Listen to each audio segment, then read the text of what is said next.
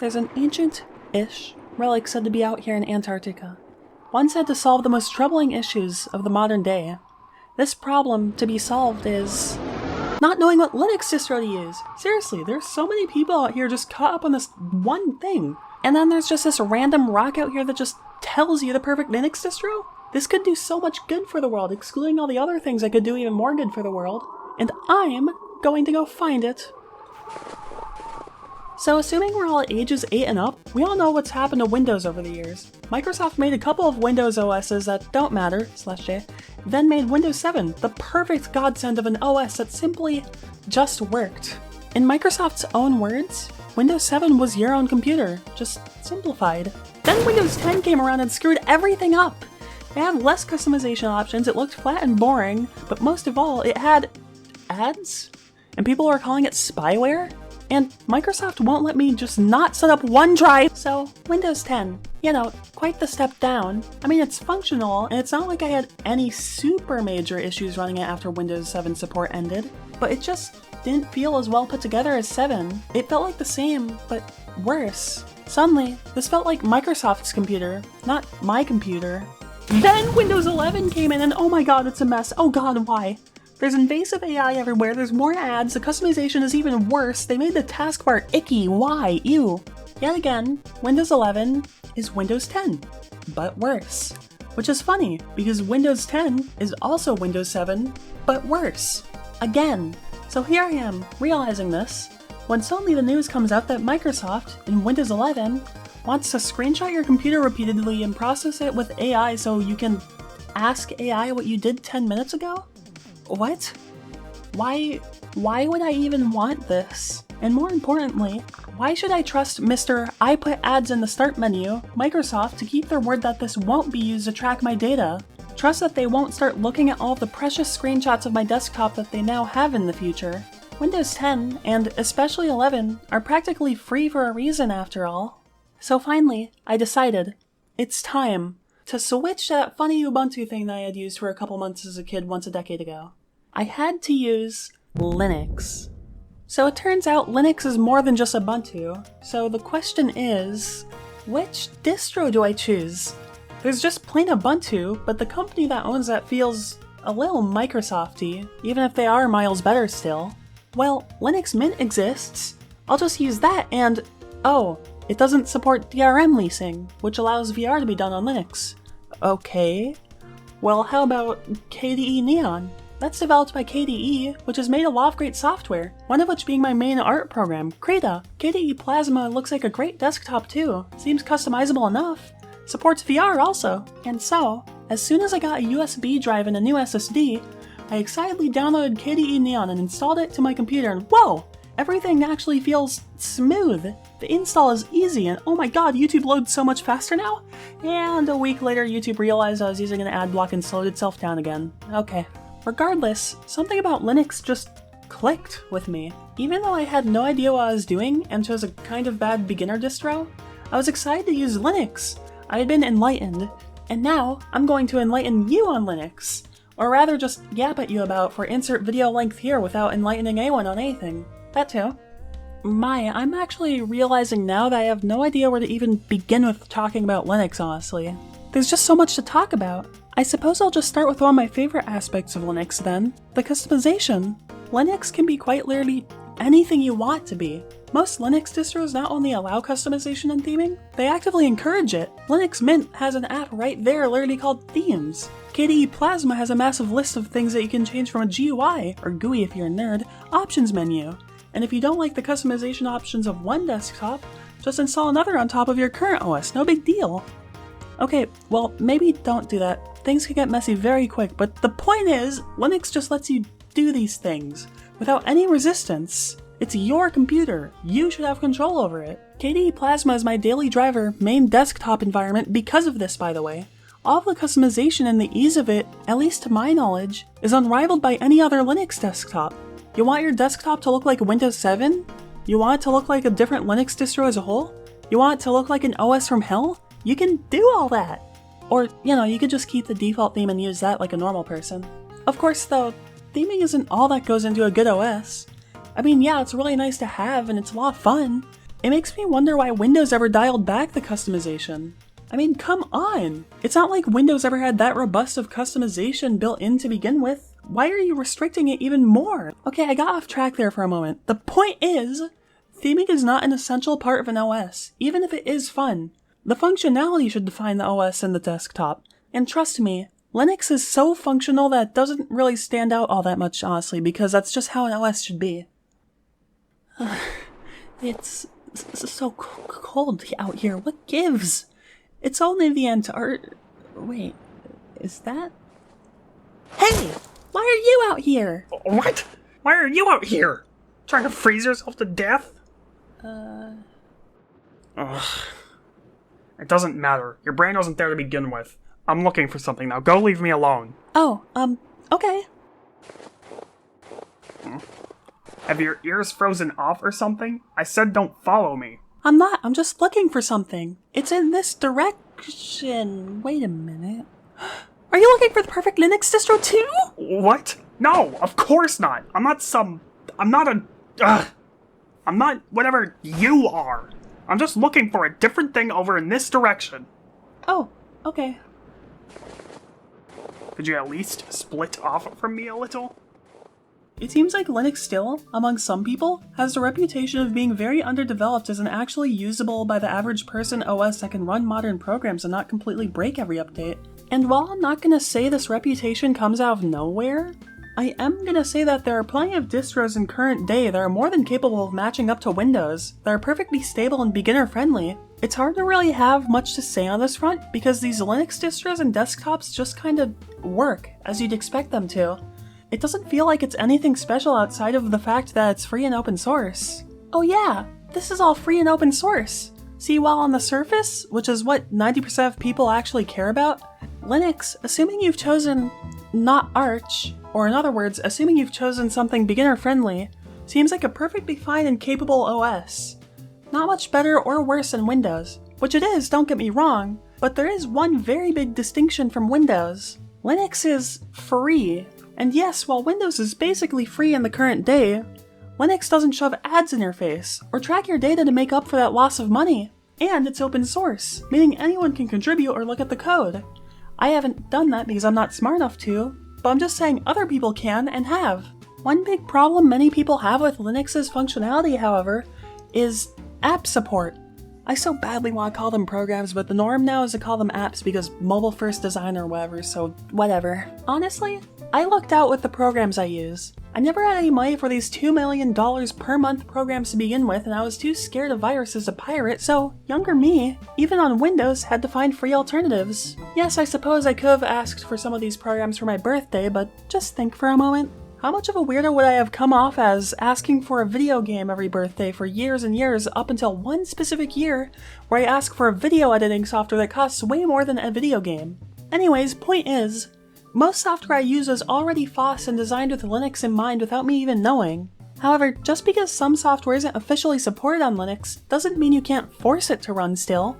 Introducing to you, the Windows emulator, also known as Wine, which stands for Wine is not an emulator. Basically, Wine is a compatibility layer for Windows programs that allows them to run on Linux. There are also various versions of Wine out there made by different people that specialize in running different kinds of programs. The one you most likely know of is Valve's Proton, which runs pretty much any game you can think of perfectly, as long as the devs aren't actively trying to kill Linux support with invasive anti-cheat or whatever. Proton is what allows the Steam Deck to run most of its library. The Windows programs I use very often under Wine, and even use to make these very videos, are source modding / level design tools like VTF-Edit or mainly Hammer++, which is a modded version of the level editor for Source Engine games like Garry's Mod. And guess what? I've got it to run nearly perfectly! I wouldn't still be running this program if it didn't run well. Of course, Wine isn't perfect. Some programs can be pretty difficult to get working or just don't work at all to begin with, especially ones that rely on Windows libraries or whatever for the graphical interface. The big ones that are a deal breaker for a lot of people are professional products like Adobe software. You can get some older versions of Adobe software running under Wine on Linux, like Photoshop. However, the newest versions of these programs are either impossible, or so difficult to get working that's basically considered impossible. Of course, if you use these programs professionally, I understand having to stay with them.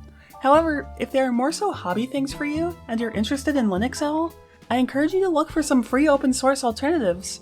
There's plenty of programs out there that can get very close to the viability of these paid programs, and all for free. Some programs I use are Krita, which honestly I prefer over Photoshop. It's less over-organized. OpenToon/Tahoma2D for animation, which is the public, open source version of the animation software Studio Ghibli used for their films. I also use Shotcut to edit all of my videos, though Couldnt Live is a more popular answer that's recommended to people more for foss video editing, it seems. There's so many more programs I could tell you about, I'm sure, but I can't think of them right now, and I don't want to spend half this video just on this. The point is, though, these alternatives exist. You don't have to feel chained down by all this proprietary paid software. You know, unless you can't afford the cancellation fee on your Adobe subscription right now, in which case, yeah, maybe wait a bit on that first. It's ridiculous a cancellation fee even exists for those products, but whatever, moving on.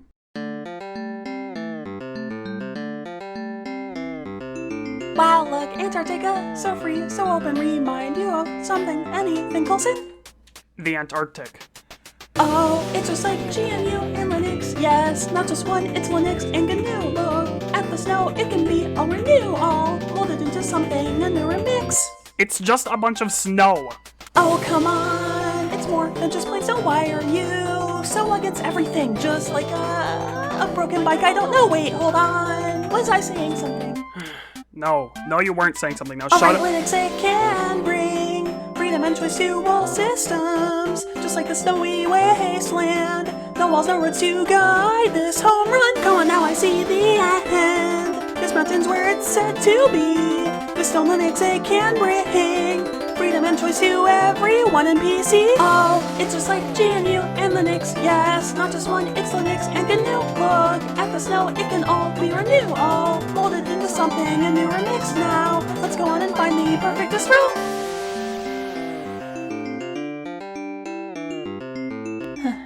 Hey, in that cave, I see it. It's right there. Yes! I now can own a perfect Linux distro. All for me, Coulson, and not for you. Now let's see, why does this just say Ubuntu? What do you mean? It just says Tuxedo OS, which is kinda disappointing considering that's my current OS already, but I'll take it, I guess. Are you blind? It clearly said... What? I don't know how to transition into the next part, so can we just take a moment to appreciate Linux mascots? Conky is so cool, and he apparently has lore, with world building and everything.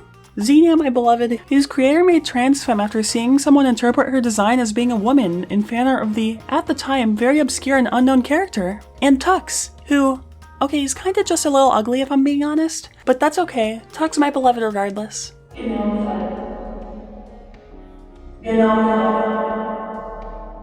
You know, it's kind of selfish almost, but I'm almost kinda glad Linux isn't the standard, or isn't as popular as Windows or Mac. Like sure, the added software support for Linux would be nice, but part of why Linux is more secure than Windows is, among many other things I'm not smart enough to understand, the fact that no one wants to make viruses for regular desktop Linux users.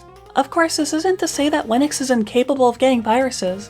You can get viruses on Linux still, and you definitely shouldn't go around without any caution or common sense regarding viruses and downloading stuff online and such. But it's uncommon enough to where an antivirus isn't really needed, as long as you have some common sense and know how to use a computer. Speaking of people who know how to use a computer, I feel like there's 3 tiers of how much Linux might be for you. If you don't know computers at all, and you don't care to know computers at all, and just use your OS as a bootloader for your browser and maybe a small handful of games, then you'll probably be perfectly fine with Linux actually, as long as you choose a distro known for its stability and user-friendliness like Ubuntu. If you've used computers your whole life and are already well versed in the software behind them, or are willing to learn to get to that point, you'll probably be perfectly fine too actually. But if you're somewhere in between those 2 options I just mentioned, if Linux isn't your first ever OS, then yeah, you'll really need to be willing to learn. You won't have the knowledge immediately to know what to do when things go south, but you also won't be using your computer for such low-stakes things that could never possibly make anything break or go south. Not to say Windows is incapable of breaking or going south. Heck, I think Windows is more troublesome to troubleshoot than Linux, seeing as everything going on behind the scenes on Windows is in some mystery box I'm forbidden from looking inside of. Whereas if I need to figure out something on Linux, I launch a program in the terminal and done. It's more so that, when things do go wrong, you start to realize Linux is not Windows. You'll be starting from scratch when it comes to learning how to deal with these problems when they arise. That's what I'm getting. Are you not talking about the stupid stone? Ugh, it changed back to Ubuntu. What all-powerful god made this thing? Maybe it just means there is no perfect distro. Huh? There is no perfect Linux distro. If any of what you've just watched has made you want to switch to Linux, then I'd say give it a go. Just make sure to back things up beforehand, just in case, and use whatever distro you think is good for you. Every distro has its ups and downs, and typically what you see when people discuss most Linux distros is people bringing up the downsides of a given distro. I would recommend starting out with something beginner-friendly and stable like Linux Mint, Ubuntu, or Bazite if you're an epic gamer who games. But if you find something else that just seems more suited to you that isn't any of those distros, give it a go. Just be prepared to distro hop for a bit not too long into using Linux if you end up liking it. Because trust me, it can and will happen. Gosh, I really love Linux. I love having my computer feel like my computer. Using Linux fills me with the same excitement I had when I was younger, learning Windows and computers as a whole for the first time. That excitement when I learned something as basic as the print screen button existed. Now that excitement is me learning how much easier and more efficient using the terminal to download stuff is, rather than scouring the internet for legit sites and going through install wizards. Or the excitement of learning something completely foreign by installing Debian without one of the built-in desktop environments and setting up a tiling window manager. Ooh, or how about the excitement of getting things working on Linux that really by all means shouldn't work? Things like VR, freeing myself from Windows entirely and formatting my Windows drive because I no longer need it or use it. So, this is the part where I tell you that you should 100% use Linux, at least just to try it like I did in my cooler internet video, right? Well, no, not really. Look, I love Linux, and I'm glad more people are jumping to it, but I can admit that it's not for everyone. Many people just don't have a problem with what Microsoft is doing with Windows. Many people may just be choosing to use Apple instead, and that's fine. Linux is not for everyone. Linux is not Windows, it's not Mac, it's its own thing, and in the same way Windows may not really be for Linux users like me, it can also go the other way around. Linux may not be for many Windows users. If any of what I've talked about here has made you interested in trying out Linux, then go ahead and try it. But if nothing said here seems interesting or all that worth it, or even if you do try Linux and don't like it, then that's perfectly fine. Use whatever OS that you want to use. Heck, I wouldn't be surprised if that very stone could tell you to use Windows also. Well, it's all mine now anyway, loser! Hey!